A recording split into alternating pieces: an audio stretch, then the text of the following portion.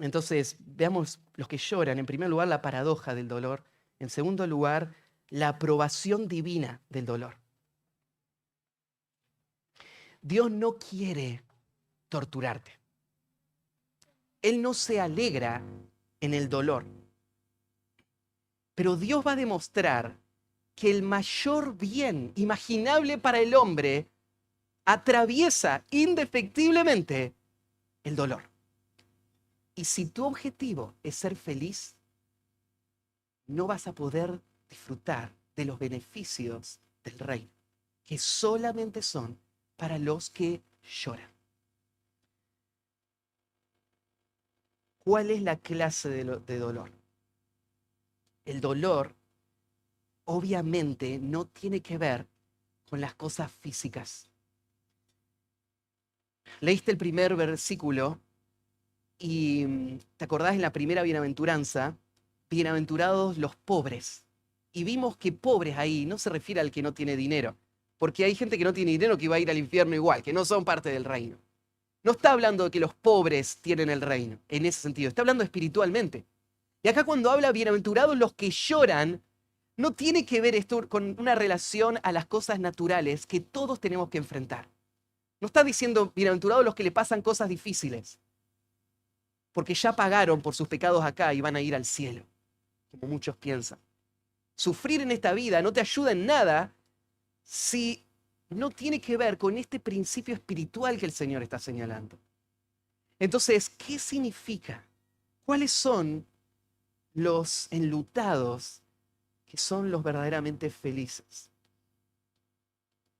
Este lamento se refiere a algo espiritual. A lo que se refiere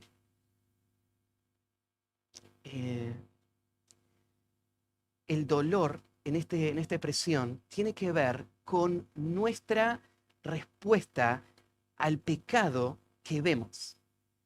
Cuando vimos el primero, dijimos, bienaventurados los pobres son las personas que ven que no tienen nada.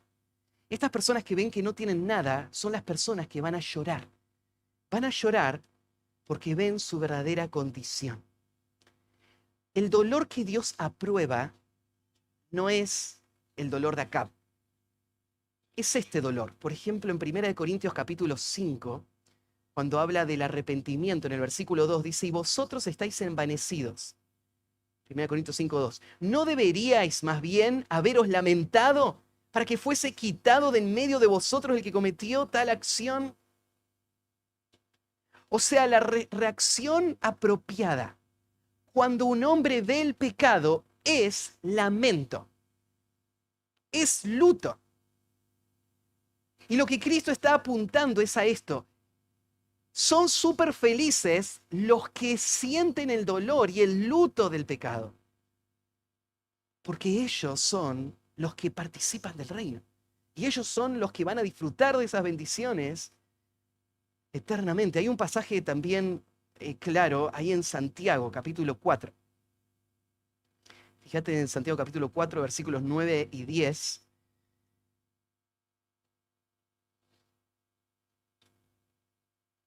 Santiago está confrontando a los ricos. No por ser ricos, sino porque la avaricia de estos hombres estaba oprimiendo a gente y en una forma ilegítima estaban aprovechándose de la pobreza para enriquecerse ellos. Y esto mostraba el juicio que estaba por venir. Y entonces, ¿qué puede hacer un rico? ¿Qué tiene que hacer un rico que se ve en esa condición y se da cuenta del pecado que está dominando su vida? Y Santiago le advierte y le dice de esta manera, afligíos y lamentad y llorad. Tres cosas, afligíos, lamentad y llorad. Santiago no está hablando de un llanto falso, superficial para cumplir con un requisito. Él está diciendo el camino a la restauración pasa por el dolor, la angustia de ver el pecado, de darse cuenta de la gravedad de ese pecado. Lloren. Vuestra risa se convierta en lloro y vuestro gozo en tristeza. Humillaos delante del Señor y Él os exaltará. Lo que Santiago le diría a este mundo de pecado es: cállense, apaguen la música, Dejen la fiesta. Todos pónganse a llorar.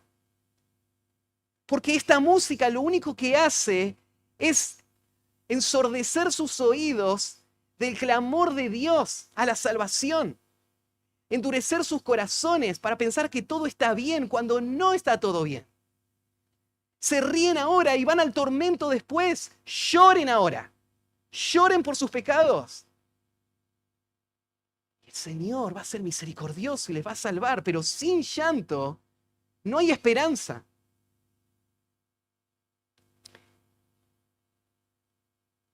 Es lo que el Señor está diciendo, bienaventurados los que lloran. Y no solamente este llanto tiene que ver con el incrédulo que está perdido y no lo ve. Este llanto es la condición constante de todos los que son parte del reino. Cuando vos lees las bienaventuranzas, dice bienaventurados los que lloran. Y ese es un participio en tiempo presente que da el sentido del aspecto continuo. Bienaventurados los que lloran constantemente. Los que lloraron cuando vieron su condición y los que se mantienen llorando. Los que se mantienen en agonía sobre su propio pecado porque el pecado todavía no fue erradicado. Y todo creyente ama la santidad y cuando ve su pecado, su corazón se carga, se agobia, se quebranta. No así el hipócrita. El hipócrita solo se ocupa de que su pecado no sea descubierto. Solo se preocupa de las consecuencias que vendrían por ese pecado que hizo, pero no le molesta el pecado. Pero son súper felices los que lloran constantemente. Y que lloran como Pablo lloró en Romanos capítulo 7 cuando dijo, miserable de mí, ¿quién me librará de este cuerpo de muerte? Lloran porque quisieran dejar atrás el pecado para siempre y nunca más tener que sentir el efecto del pecado. Esto es lo que produjo el pecado, por ejemplo, en David, en el Salmo 32, cuando dice, mientras callé, se envejecieron mis huesos en mi gemir todo el día, porque de día y de noche se agravó sobre mí tu mano, se volvió mi verdor en sequedades de verano. Mi pecado te declaré y no encubrí mi iniquidad. Dije, confesaré mis transgresiones a Jehová, y tú perdonaste la maldad de mi pecado. Este es el dolor que sintió Pedro cuando él lloró amargamente después de haber negado al Señor. Y vos decís, pero Judas también lloró amargamente. Pero Judas es un excelente ejemplo de la clase de dolor del mundo. Cuando ven que todo está perdido y ya no hay más esperanza, el dolor de la culpa no les lleva a Dios para buscar un Salvador. Les lleva a tratar de silenciar ese dolor con la muerte. Y ese es el dolor de la destrucción. Pero en Pedro lloró amargamente porque vio lo bajo, lo vil de su pecado. Y este es del dolor del que estamos hablando.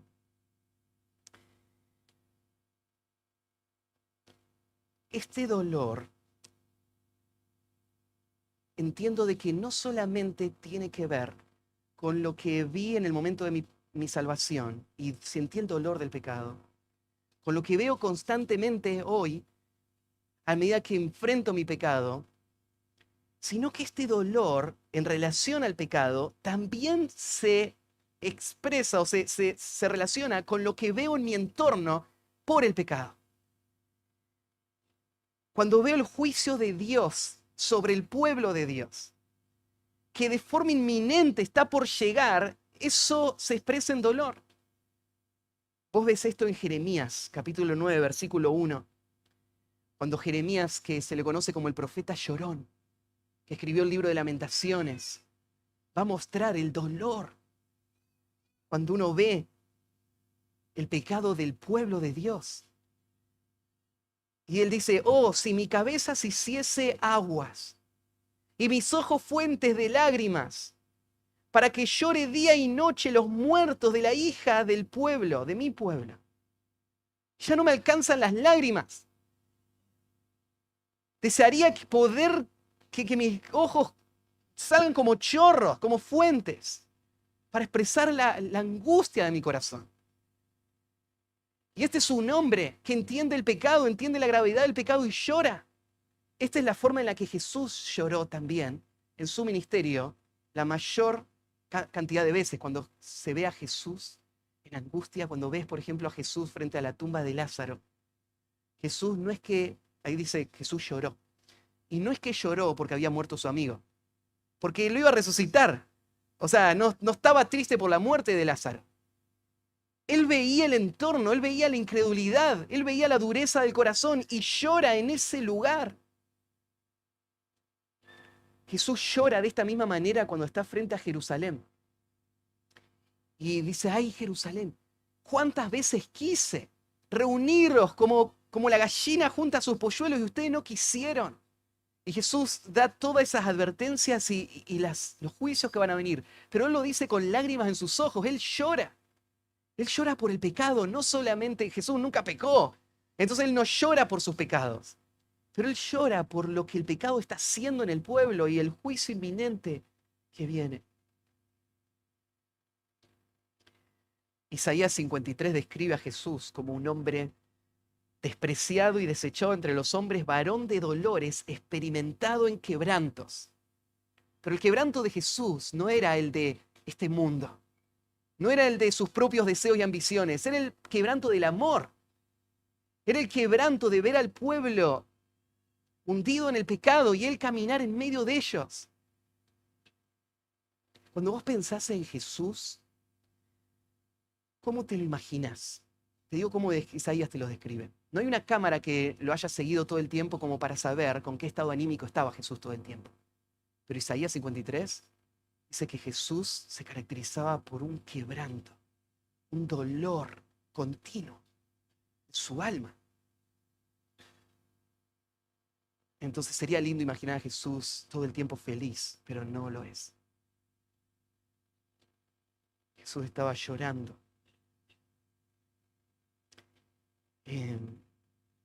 También ahí en Hechos 20:31, Pablo habla de su llanto cuando él hacía el ministerio.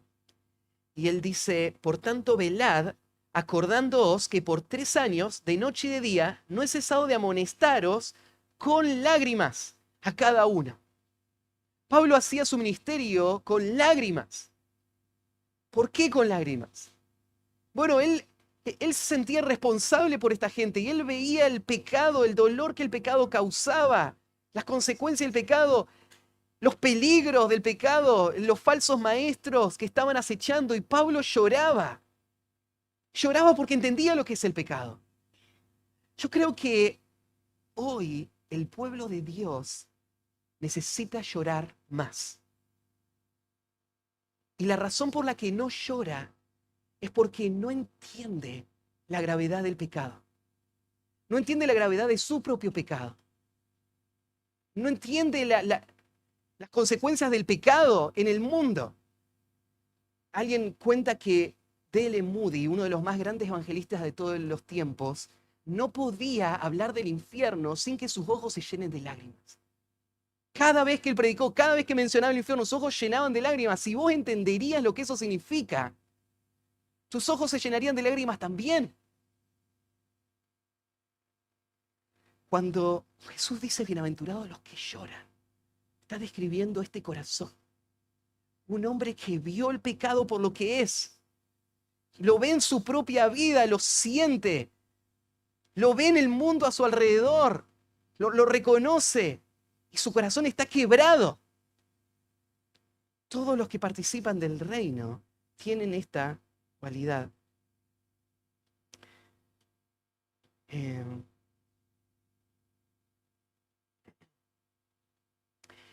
el último concepto que lo pensemos juntos en cuanto al llanto, tiene que ver con el llanto de la persecución. Porque el pueblo de Dios llora cuando ve su propio pecado. El pueblo de Dios llora cuando ve el pecado en su entorno. Y el pueblo de Dios llora también al sufrir los embates de este mundo. la resistencia, la persecución. Y el pueblo de Dios, en medio de todo eso, abraza el dolor. Porque escapar de este dolor sería negar a Cristo. Sería vivir una vida fuera de la voluntad de Dios. Ahí en Romanos 5, 3 al 5 ves, ¿cierto? Algo en cuanto a este llamado. Y en un sentido, mira, todos los creyentes lloran no solamente porque ven los pecados personales y los del mundo, sino porque sienten lo agobiante que es las consecuencias del pecado en este mundo. Cuando un creyente se enferma y tiene una enfermedad terminal y va a morir por esa enfermedad, él sufre esta enfermedad. Hay dolor, pero este dolor lo entiende en esta perspectiva. Dios tiene algo mejor. El dolor es como el dolor de esta creación, ¿no es cierto?, que gime hasta que sea renovada y transformada. Y nosotros también gemimos. Gemimos por los pecados de otros, gemimos por las consecuencias del pecado de este mundo, gemimos, esperando que el Señor redima todas las cosas. Y este dolor es ese dolor relacionado con esa esperanza. Entonces, ahí el Salmo 6, versículos 6 al 9, dice así. Esto podría ilustrar cómo vive un ciudadano del reino. Me he consumido a fuerza de gemir. Todas las noches inundo de llanto mi lecho. Riego mi cama con mis lágrimas. Mis ojos están gastados de sufrir. Se han envejecido a causa de todos mis angustiadores. Apartaos de mí, todos los hacedores de iniquidad, porque Jehová ha oído la voz de mi lloro. Jehová ha oído mi ruego. Ha recibido Jehová mi oración.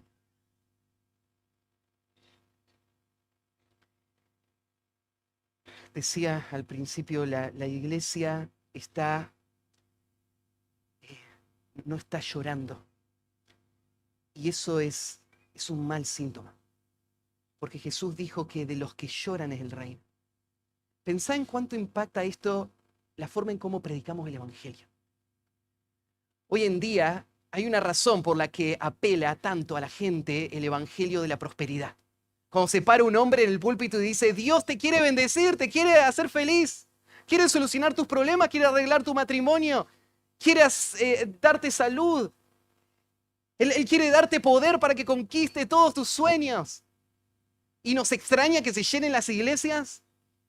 Para nada, eso es lo que el mundo quiere escuchar. Queremos felicidad. Pero Jesús, ¿qué dice? Bienaventurados los que lloran. Ninguno de ellos que no llora va a jamás ver el reino de Dios. El reino de Dios es para los que lloran. Y nosotros tampoco podemos agarrar a una persona, explicarle el Evangelio, guiarle, ¿no es cierto? Y cuando la persona se pone resistente, ¿no es cierto? Y nos empieza a decir, bueno, pero yo no sé si voy a poder cambiar mi vida. No te preocupes, no tenés que cambiar, recibí el regalo de la salvación. Y la persona dice, bueno, yo quiero ser feliz. Cristo me promete ser feliz, ya probé con tantas cosas, probá con Jesús ahora le decimos, ¿no? Bueno, pruebo con Jesús para ser feliz también. Hago la oración, ¿qué tengo que hacer? Cumplo con lo que vos me digas. Y esa persona se va al infierno, porque nadie que no llora va a ver el reino de Dios. Ahora, personas lo pueden manifestar distinto, no es que tiene que salir lágrimas de sus ojos, pero tiene que tener un corazón quebrantado, tiene que ver su pecado, tiene que dolerse por su pecado, tiene que querer abandonar su pecado, tiene que clamar por misericordia. Los que lloran, y no solamente ese día, el resto de su vida va a llorar. Va a llorar por su corazón y gente viene a nuestra iglesia y dice, yo no quiero ir ahí. Solo hablan de pecado. Y entiendo por qué no quieren venir. Lo entiendo. Porque en este mundo todos buscan la felicidad. Pero el mensaje de Cristo, ¿cuál es? Súper felices los que lloran. Sos uno vos de los que lloran. Bueno, esta promesa es para vos. Entonces venimos al último punto.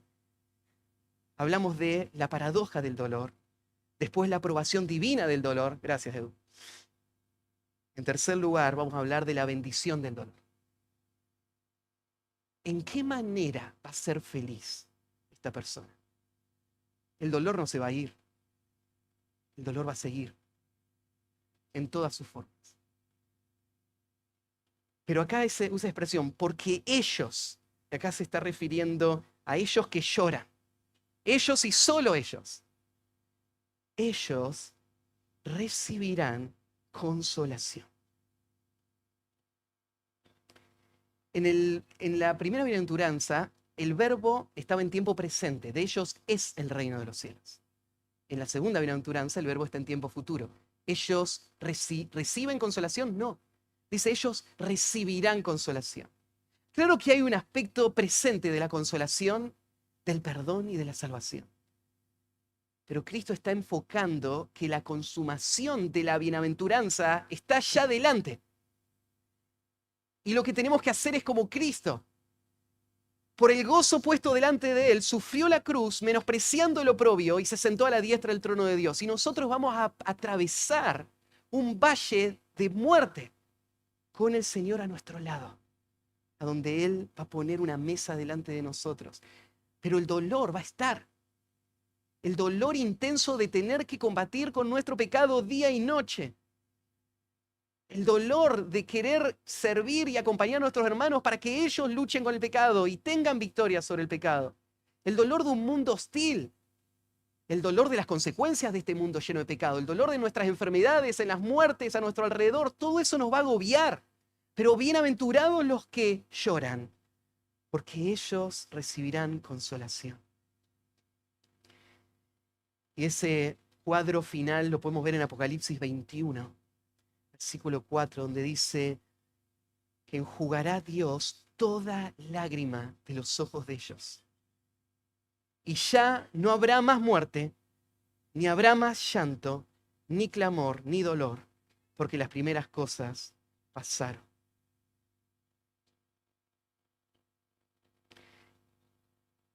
El consuelo comienza ahora para todos los que se quebrantan delante de Dios y se va a disfrutar hacia la eternidad en ese día cuando todo dolor desaparezca para siempre.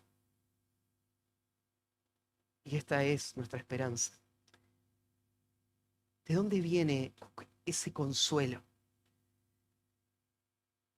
Tal vez podemos ver una imagen ahí en Lucas capítulo 18. Está la historia de estos dos hombres que fueron al templo a orar. Y tenés al fariseo parado diciendo, gracias Señor, porque no soy como los demás hombres. Él se creía mejor que todos. Yo no soy malo, yo no soy pecador, no soy nada de esto. Y tal vez mirando al hombre al lado con desprecio, no soy como ellos.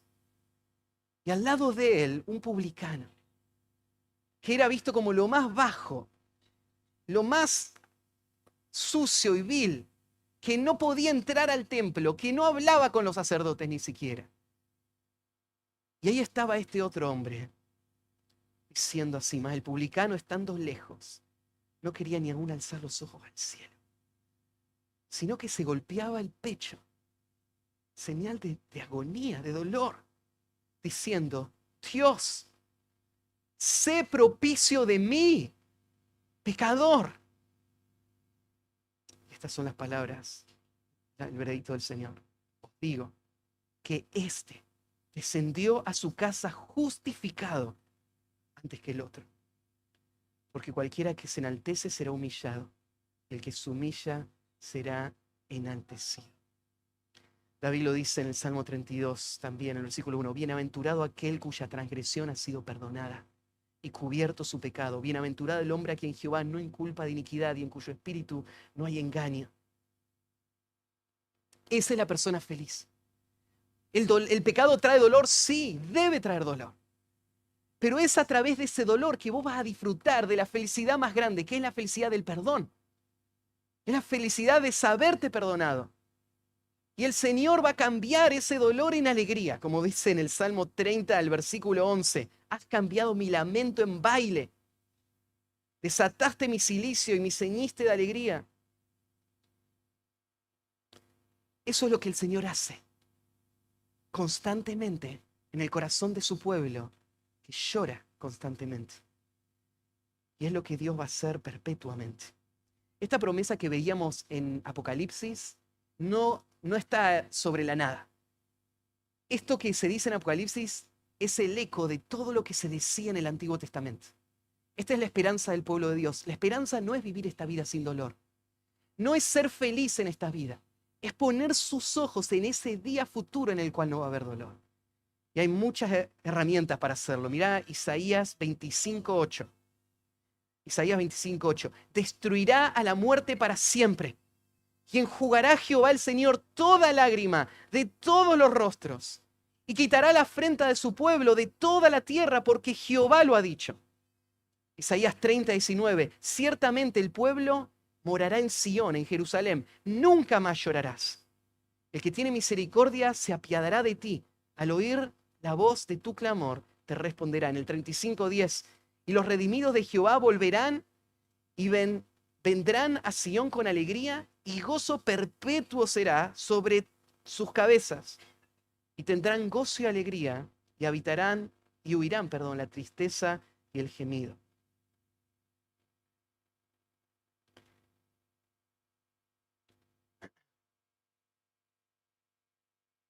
En el Salmo 30, versículo 5 dice así: porque un momento será su ira, pero su favor dura toda la vida.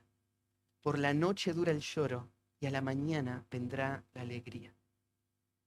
Esta es la forma en la que Dios planea bendecir a su pueblo. Él planea bendecir a su pueblo a través del dolor. A través del dolor de ver su propia condición y de llorar, para entonces ver la victoria de la salvación en sus propios corazones y el gozo de su bendición para siempre. Decíamos recién, es solo a través del llanto que se puede entrar en el reino. Déjenme mencionar algunas de las implicaciones. En primer lugar, si no estoy llorando por el pecado, no soy una de esas personas que el Señor dice que son bienaventuradas. Si no lloro por el pecado, esta promesa no es para mí. Bienaventurados, súper felices, los que lloran. ¿Cómo responde tu corazón al pecado? El hombre que llora es verdaderamente feliz. El dolor y la alegría van de la mano. Son la experiencia constante del creyente. El dolor y la alegría. El dolor y el consuelo. Y un día, dolor y consuelo va a dar lugar a consuelo. Solo consuelo por toda la eternidad. Nuestra esperanza, en segundo lugar, está en la gloria venidera. El Hijo de Dios sabe que el Señor vendrá y el pecado será erradicado de la tierra. Para el hombre sin Cristo no hay esperanza. El dolor no lo va a poder evitar. No hay donde escapar. No hay cantidad de comodidad o de bienes que puedan aliviar el dolor que viene. Para los que están en Cristo, miramos adelante con seguridad y esperanza.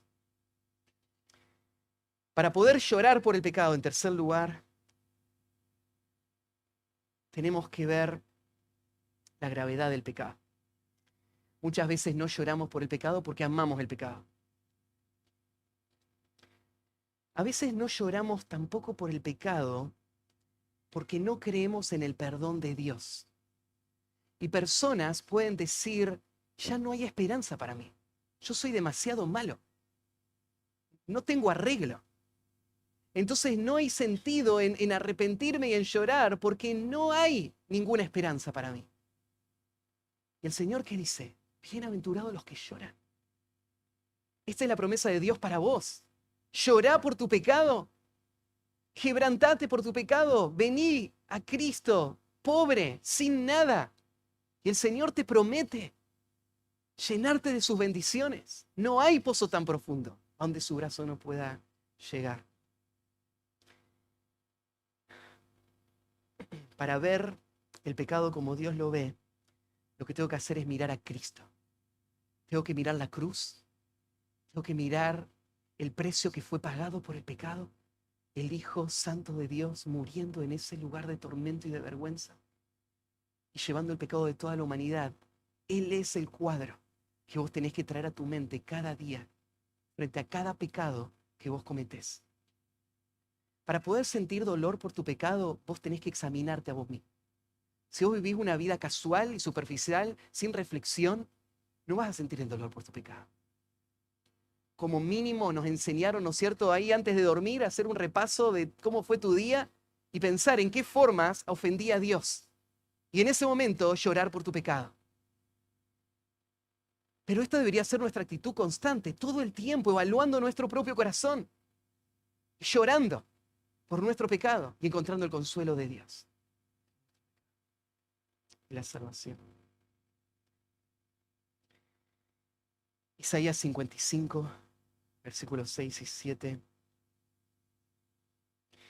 Puede ser el cierre de todo este estudio con un llamado. Buscad a Jehová mientras puede ser hallado. Llamadle en tanto que está cercano.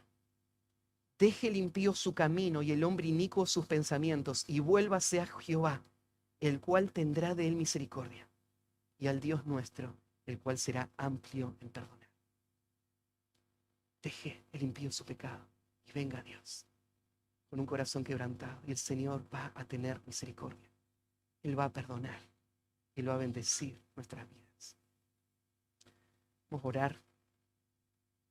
Terminar.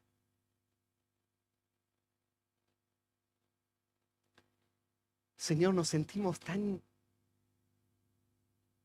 impotentes aún en este momento, porque aún fingir lágrimas o tratar de crear en nuestro corazón un sentido de dolor no sería nada para ti.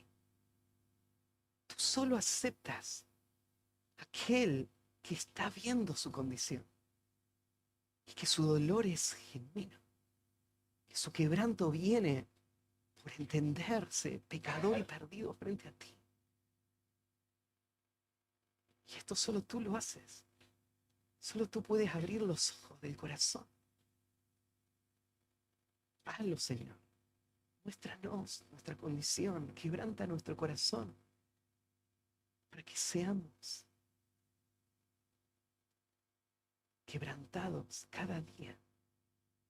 Y todos los que hemos sido quebrados de nuestro sentido de justicia propia, cuando llegamos a Cristo, permítenos vivir esta realidad de dolor y consuelo cada día.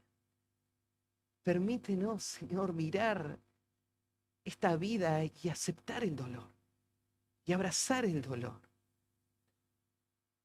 esperando con ansias el día cuando todo esto quede atrás.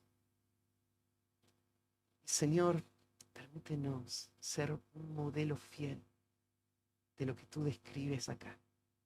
Y que cuando el mundo pueda ver a tu pueblo, a tu iglesia, pueda reconocer el contraste tan marcado con este mundo que busca la felicidad y este pueblo que llora, pero que un día va a ser consolado eternamente. Y que esto sea un testimonio para este mundo, y un llamado a venir, a llorar, a ser salvos. Comiendo esto a ti, en nombre de Cristo Jesús. Amén.